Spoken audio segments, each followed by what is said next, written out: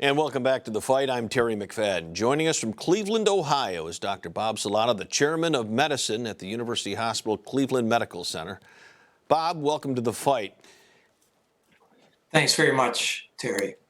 As an infectious disease expert in Cleveland, you are quite literally on the front lines of this fight. I heard recently that you're currently involved in 2 different clinical trials. Can you tell us about those? The first one that most people have heard about is remdesivir. This is the first antiviral drug that shows significant activity. And this was reported by Dr. Anthony Fauci from the National Institutes of Health. When given intravenously to individuals with moderate to severe disease, it decreased length of stay in the hospital, shedding of the virus from the respiratory tract, and death. And because of that, it received approval from the FDA in blinding fashion. And we are still involved in one of the 2 studies for moderate infection. They just stopped the severe infection late last night because they want to push on. Gilead Pharmaceuticals, which manufactured this, donated 1.5 million doses to the federal government, and that's being distributed to the departments of health by each state. Ohio didn't receive it yet, but Indiana did, and we're going to get some of our own.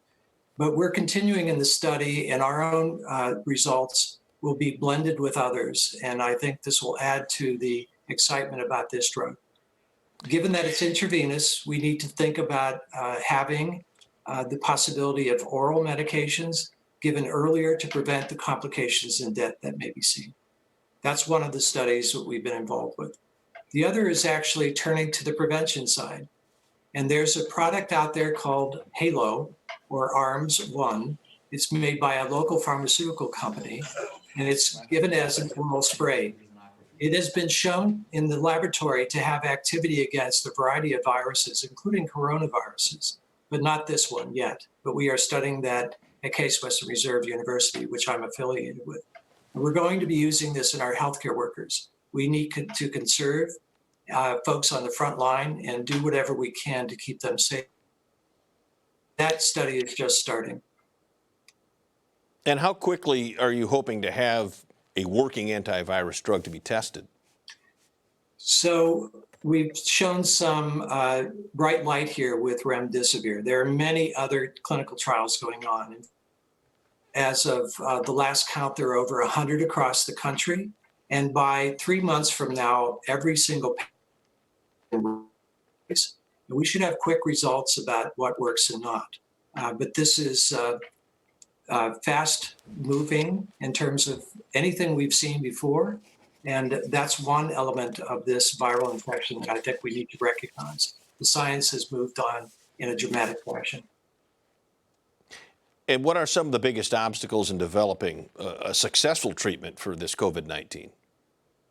Well, again, it's been in part the rapid development of these clinical trials, which, by the way, every authoritative body says we need to do it in this regard.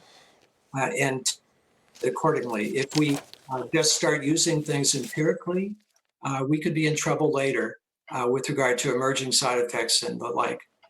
So that's been one obstacle. The other is, as would happen in China when they were remdesivir, they were not able to enroll enough patients because their numbers of infections went down dramatically.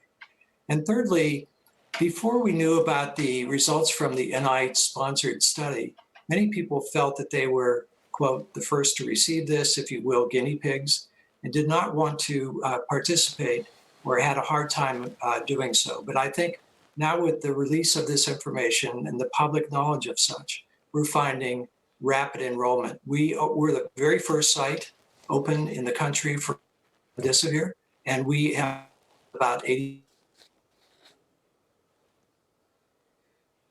patients to date.